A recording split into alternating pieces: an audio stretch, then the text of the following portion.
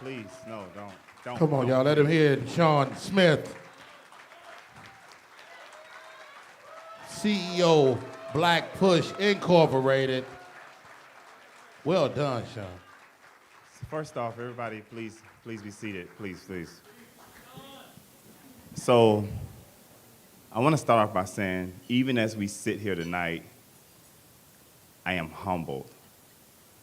I'm humbled when I look around the room and I see Mr. Nona Clayton, Miss Helen Butler, Reverend Timothy McDonald, Dr. Durley, and so many other people we're honoring tonight. But I'm also humbled because the last 2 months for me has been probably the most trying aspect of my life. As Lisa just mentioned, I had a chance to travel to Uvalde. I had a chance to travel to Buffalo. And something about Uvalde and Buffalo changed the very core of who I am.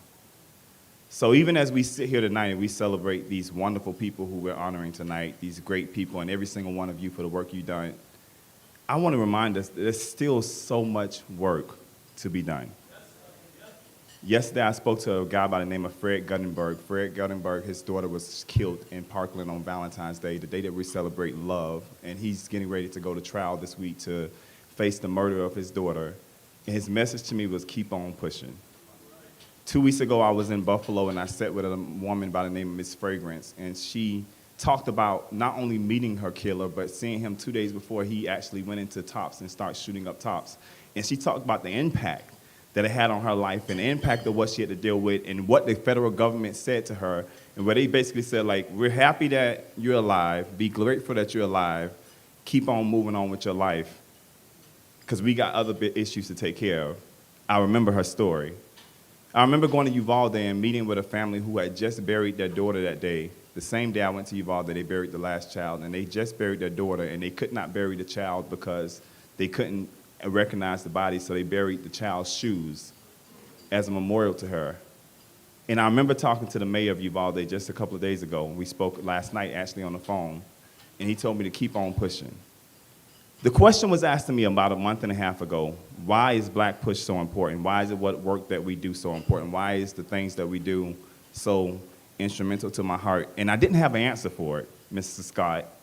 I couldn't figure it out. July 2nd, I was able to go home to Fort Lauderdale. My auntie had summoned us. She's 92, I think, right, Ma? My Aunt Essie is 92, and she summoned us to Fort Lauderdale. And she said, I want everybody, all my family to come together because I feel like this is going to be my last Fourth. So I made the trip from D.C., flew directly from D.C. and went to Fort Lauderdale. And I spent time with my family, and I was quiet. And I don't know if my family even realized it, but I was just quiet. I was quiet on July 2nd. I was quiet on July 3rd because there was something shifting in my spirit. And I watched my family, I watched my auntie, and I watched my two aunties as they sat in the grass, and they just really enjoyed looking at their family. And then on the 3rd, when we celebrated my little brother Genesis' birthday, I watched as everybody was out there playing at the pool, and they really enjoyed the aspect of family, Reverend McDonald. But I remembered that there was somebody in Buffalo.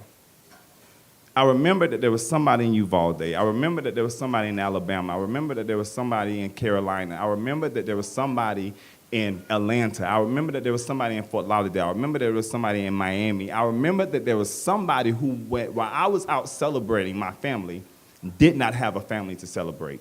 Lost family members. I want to encourage you, if you don't leave here with nothing else tonight, the mission is bigger than us all. We say that in our office every day.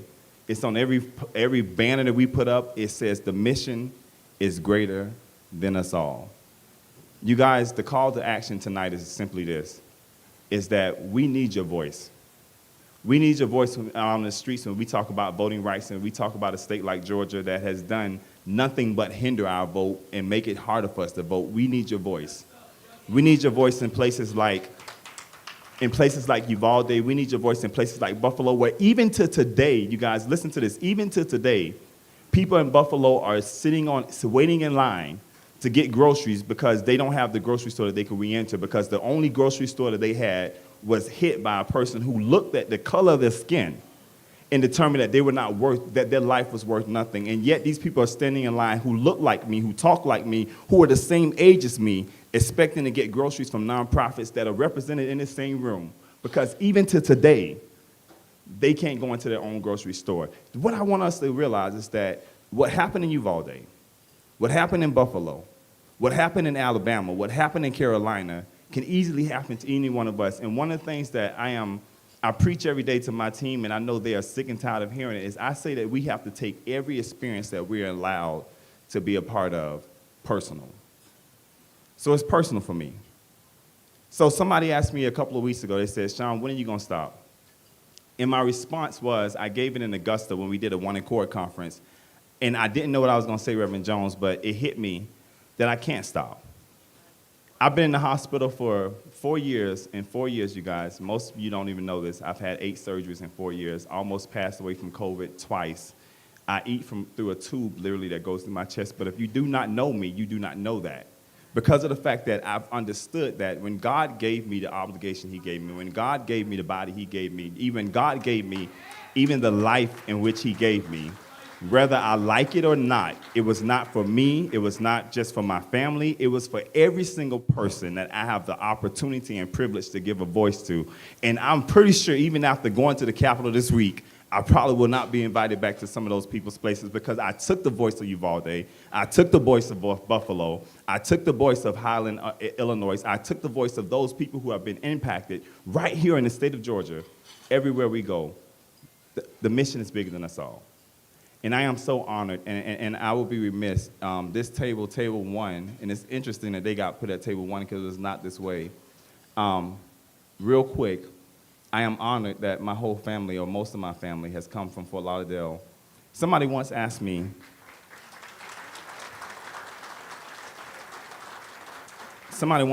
what was the biggest inspiration of my life. And by nature, I would have to say my grandmother because my grandmother raised me. But I sat back 2 days ago, Reverend Jones, and I thought about it.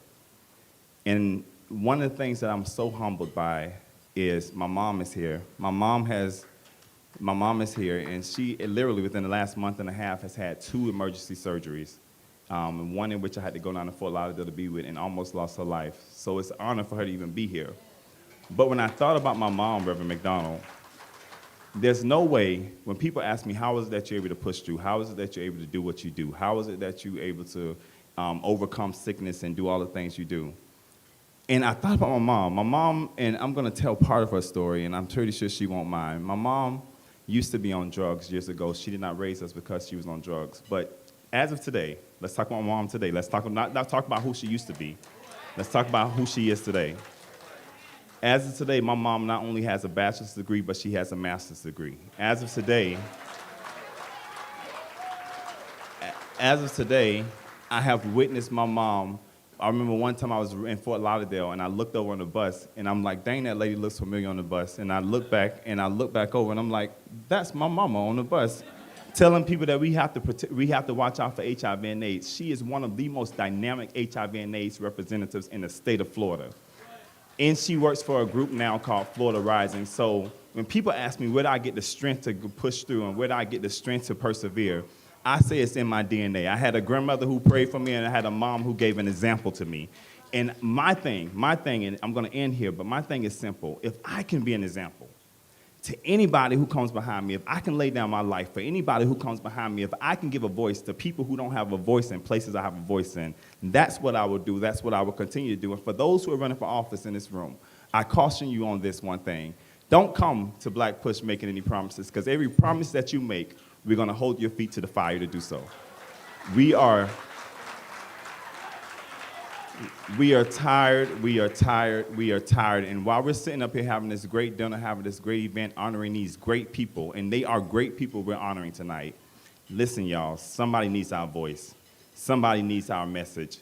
Somebody needs us on the front line. So let's all get on the front line. Let's put pride to the side, put money to the side, and understand what Martin Luther King understood more than anything else is that if we can put our voices together, collectively we can do more together than we can ever do separated. So whether it's Georgia Stand Up, whether it's Black Voters Matter, whether it's Black Push, whether it's New Georgia Project, I don't care what organization it is, if we can come together, if we can work together, if we can galvanize together, the state of Georgia will see something different.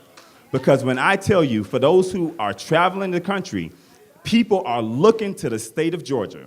And what Georgia does, I'm going to announce this right now. What Georgia does, so will the rest of the nation. So we have work to do. Let's get to work. Let's give a voice to the voiceless. And let's continue to keep on, as Ambassador Young said, keep on pushing.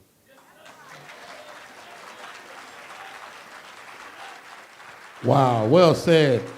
Shaun Smith, everybody, let him hear it. The occasion has been set. Come on, mama, give me a hug. Where does it come from?